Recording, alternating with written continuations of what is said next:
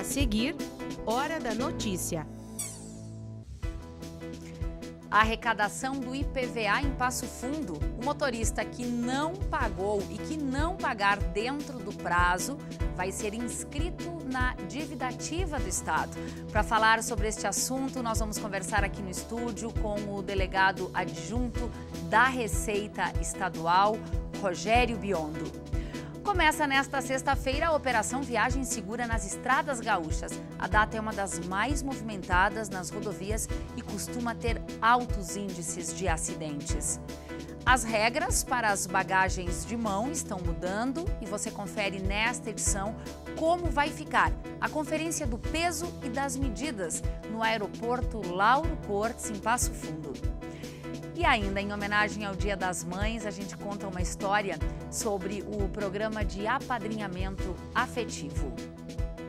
Hoje é sexta-feira, é 10 de maio, é hora da notícia.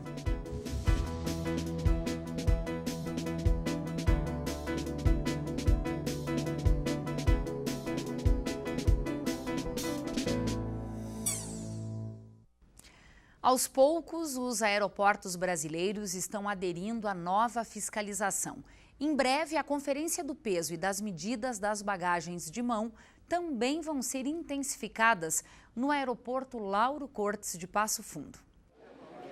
Puxadas por rodinhas de diferentes cores e tamanhos, algumas mais estilizadas, outras nem tanto, mas todas com o mesmo propósito, de atender à necessidade de deslocamento de quem vai viajar. Em viagens curtas, aí, de 3, 4 dias, eu sempre levo a mala de mão, né? Como essa de agora? Isso, igual essa que eu estou levando agora, né? E nunca teve problema com a questão de excesso de peso? Não, tranquilo. Ela já é customizada para isso, né? Bagagem de mão é aquela bagagem transportada pelo passageiro a bordo do avião. E as normas mudam de acordo com a companhia aérea. São elas que definem a quantidade de bagagem disponível, dimensão e peso, mas sempre respeitando as regras da ANAC, Agência Nacional da Aviação Civil. De acordo com a agência, a bagagem de mão precisa ter 55 centímetros de altura, 35 centímetros de largura e 25 centímetros de profundidade. Não pode pesar mais de 10 quilos e, geralmente, é permitida uma bagagem por pessoa. Está tendo um certo desconforto em algumas viagens que tem excesso de bagagem interna dentro do avião, né? Então ela deveria ser um pouco mais... deveria ser mais tranquilo para quem quiser despachar a bagagem para não ter esse excesso dentro da aeronave, né? Aqui no aeroporto Lauro Cortes, em Passo Fundo, ainda não acontece a fiscalização por parte da ANAC nas bagagens de mão. Esta companhia aproveita o check-in rotineiro de cada viagem para conferir e instruir os passageiros sobre as bagagens, tanto a de mão quanto a bagagem maior. Eu viajo 2 semanas por mês para diversos lugares do Brasil e outras 2 semanas eu fico no escritório. E sempre com bagagem de mão ou tu despacha bagagem maior? Algumas vezes, quando a gente vai realizar algum teste, aí necessita levar um equipamento, aí a gente despacha a bagagem. Para evitar o pagamento adicional, muitos passageiros abusam da facilidade de voar com uma bagagem de mão. O exagero no peso e no tamanho da mala gera desconforto para os viajantes e a tripulação do voo. Tem algumas pessoas que exageram, né? Querem colocar uma bagagem fora desse dimensional, que às vezes nem cabe no bagageiro da aeronave, e por uma questão de não querer pagar, né, o despacho, acaba exagerando e prejudicando as pessoas. Um transtorno dentro do voo. Exatamente. Não cabe a bagagem, aí tem que acomodar de um jeito ou de outro no pé. E se existem regras, a gente precisa, né, seguir.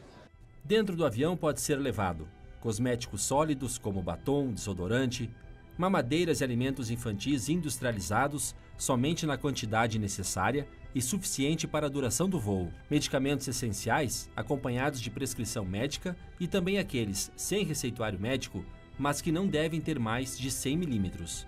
Itens pessoais como documentos, carteira e acessórios pequenos como óculos, joias e cintos. Aparelhos eletrônicos como celular, notebooks, câmeras fotográficas e tablets também podem ser levados dentro do avião. Aos poucos, a maioria dos aeroportos do Brasil estão aderindo à fiscalização para o uso de bagagem de mão em viagens. Aeroportos como de Fortaleza, Belo Horizonte e Recife passaram a fiscalizar já desde o dia 2 de maio. Outros estão fazendo a fiscalização há mais tempo. É o caso dos aeroportos de Brasília, Natal, Curitiba e o de Campinas, o aeroporto de Viracopos, destino dos passofundenses. Lá, a fiscalização acontece desde o dia 25 de abril. A Receita Federal já permite a consulta ao lote residual de restituição do Imposto de Renda de maio. A lista com os nomes dos contribuintes está disponível no site da Receita e o dinheiro será depositado nas contas informadas na declaração no próximo dia 15. O pagamento do IPVA dentro do calendário estabelecido pelo governo encerrou em abril e agora está valendo o calendário de vencimento do licenciamento. A gente recebe aqui no estúdio o delegado adjunto da Delegacia da Receita Estadual de Passo Fundo, Rogério Biondo, que nos apresenta um balanço sobre a arrecadação e também vai esclarecer o que acontece se o motorista não pagar o imposto do carro. Seja muito bem-vindo à Hora da Notícia. Como é que fechou o pagamento, esse primeiro prazo estabelecido pelo governo? Nós fechamos aqui em Passo Fundo, após o vencimento do IPVA, que encerrou no dia 22/4, temos uma inadimplência de 24% na quantidade de veículos. A frota pagante aqui em Passo Fundo são 76 mil veículos e destes 58 mil quitaram o imposto já e 18 mil veículos continuam inadimplentes. Em termos de arrecadação, nós estamos com uma inadimplência em torno de 17%. Isso significa mais ou menos 11 milhões. A expectativa de Passo Fundo era uma arrecadação de 64 milhões, até agora 53 milhões foram arrecadados. Esse primeiro índice que o senhor nos trouxe aí de 24% de inadimplência neste ano, em relação a anos anteriores, ele aumentou ou este é um percentual que já vem ocorrendo? Até essa data ele está um pouco elevado. Nos anos anteriores esse índice ficava em torno no máximo 20%, nunca chegou nesse patamar. O que acontece com o motorista que não quitar esse imposto? Agora, quem não quitou o imposto dentro do prazo dos vencimentos pela placa, após 60 dias ele será inscrito em dívida ativa. Então ele vai ter um aumento de uma multa moratória de 0,334% ao dia até o limite de 20%. Após 60 dias ele aumentará mais 5% e será inscrito em dívida ativa, o que vai ocasionar algumas restrições para o cidadão. Pois estar inscrito em dívida ativa no Estado representa o quê? Representa que ele não vai conseguir fazer negociações com órgãos públicos. Também quem é pessoa física que pretende fazer um concurso público vai ter problemas, né? Numa nomeação não vai conseguir ser nomeado estando em dívida ativa e vai ter o seu nome encaminhado ao Serasa, aos demais órgãos de restrição ao crédito, cartório de protesto. Vai ser um problema a mais que esse cidadão vai enfrentar se não quitar o pagamento até 60 dias após o vencimento. Porém, ao ser pego em uma blitz, porém seu IPVA por uma questão de numeração de placa ainda não venceu, ele com tranquilidade consegue sair desta situação. Sim, o IPVA todos estão vencidos, né? Porém o licenciamento é um outro calendário à parte. Começou o calendário 30 de abril com as placas 1, 2 e 3, e vai até final de julho com a placa 9 e 0. Quem for pego numa blitz e o licenciamento já venceu, esse terá seu veículo apreendido, vai ter a despesa de guincho também. Agora, aqueles que ainda estão dentro do calendário do licenciamento, mesmo com o IPVA atrasado, ele tem as restrições com relação ao IPVA, mas o carro não será apreendido se ainda não tiver vencido o licenciamento. Rogério, para a gente concluir aqui, quem deseja quitar essa dívida hoje deve proceder de que maneira?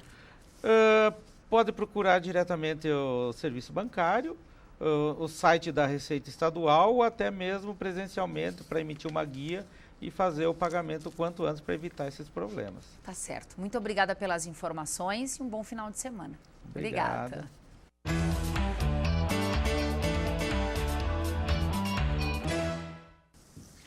Hoje a jornalista Zumara Colucci tem um recado e esse recado tem relação com o Dia das Mães, Zumara? Vamos dar uma pausa na política, um pouquinho de reforma da Previdência e hoje a gente vai falar de Operação Viagem Segura, que começou nessa sexta-feira nas estradas gaúchas, todas as estradas gaúchas. Não é feriado, mas a data comemorativa ao Dia das Mães é uma das mais movimentadas nas rodovias e costuma ter altos índices de acidentes com vítimas fatais.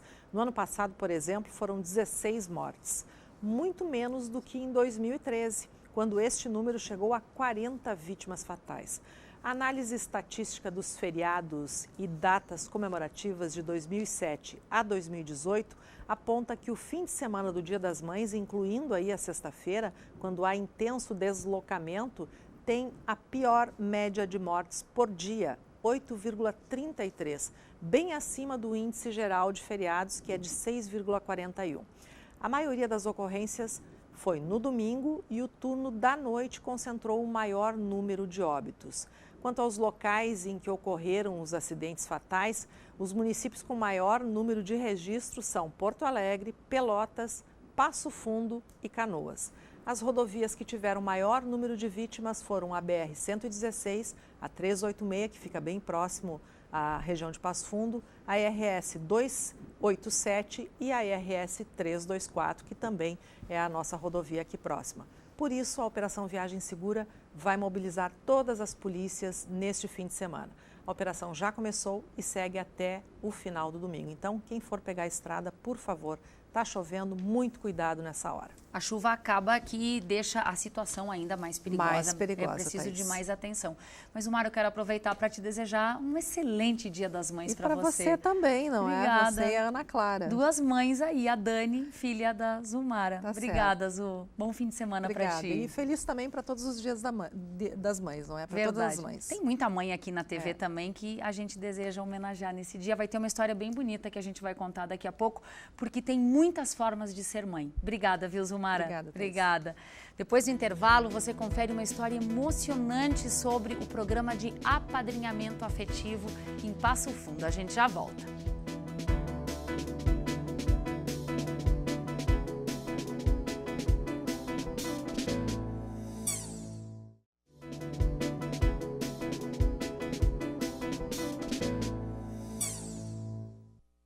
E a gente começa esse bloco do Hora da Notícia mostrando um exemplo muito bacana. O Diretório Acadêmico do curso de Odontologia aqui da UPF promoveu uma gincana na última quarta-feira.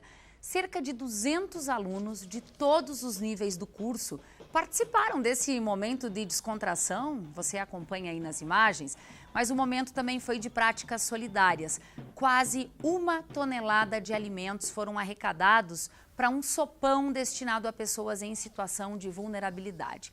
A doação de sangue também foi outra prova e no total 86 doações foram feitas ao serviço de hemoterapia do Hospital São Vicente de Paulo. A cidadania também foi incentivada. Um dos desafios da gincana era o de escolher um espaço da cidade para fazer a limpeza. O primeiro lugar ficou aí então com o 3º nível, mas a solidariedade das ações é a verdadeira medalha de ouro nessa história. O fim de semana de Dia das Mães deve ser de bastante chuva aqui na região e a temperatura também pode cair. Veja mais.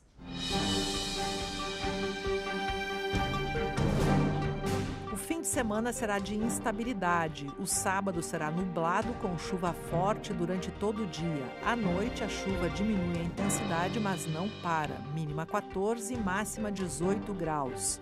Sol com muitas nuvens durante o domingo, Dia das Mães. Período de nublado com chuva a qualquer hora. Mínima 13 e máxima 16 graus.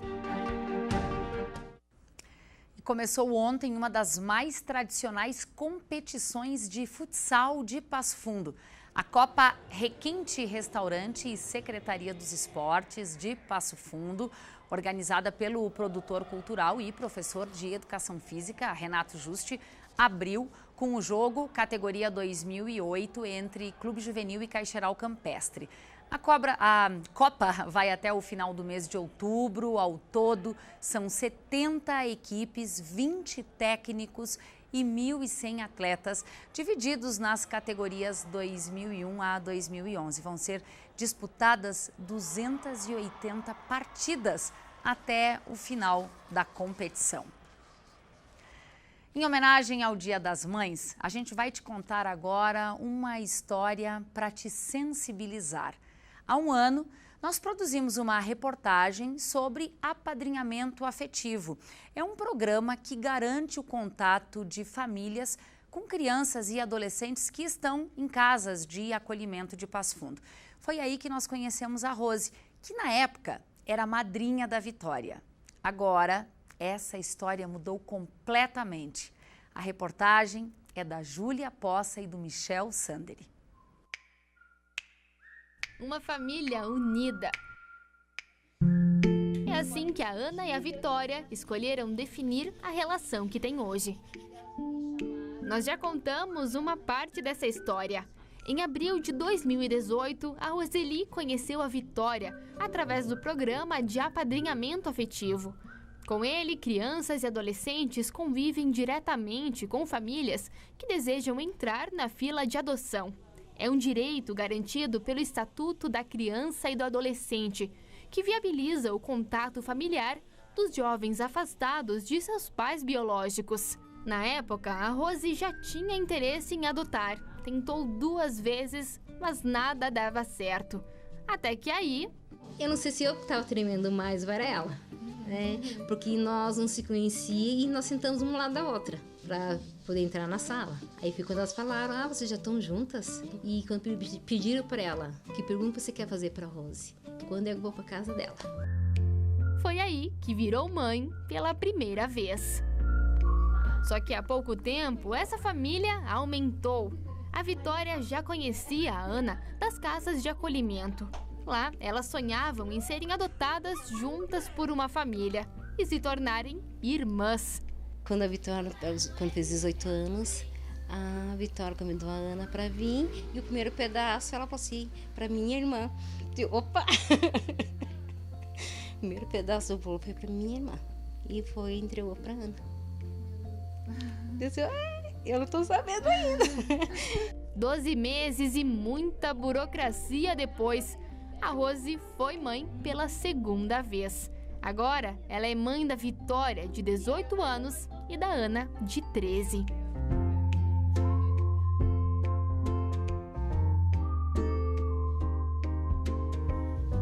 E no quadro que costuma ser usado para anotar as tarefas, as irmãs agora escrevem o significado da nova família. Significa que nós sempre vamos ser unidos e sempre vamos ter paixão e amor e carinho um pelo outro.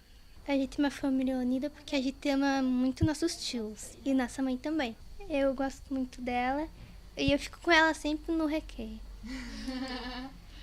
Então sempre as duas juntas. E a gente começa a dar muita risada. E se por anos o apartamento foi só de uma, agora ele é de 3.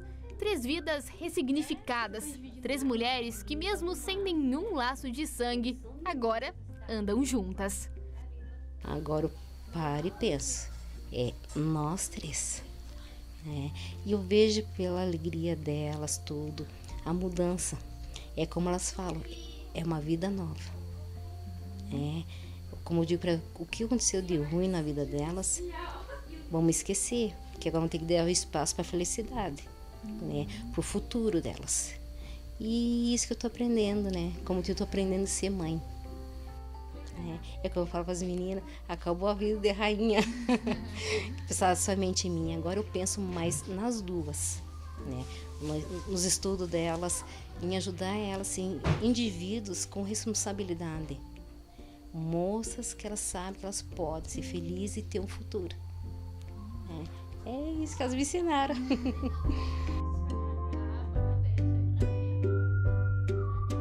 E ser mãe, no fim, é descoberta, é desafio. é saber que nenhuma pessoa é igual à outra. É mudar a vida e a rotina, aceitar o outro como ele é. É querer bem e sonhar. Sonhar em ser uma ou 3. Não é mentira quando dizem que sempre tem espaço para mais um.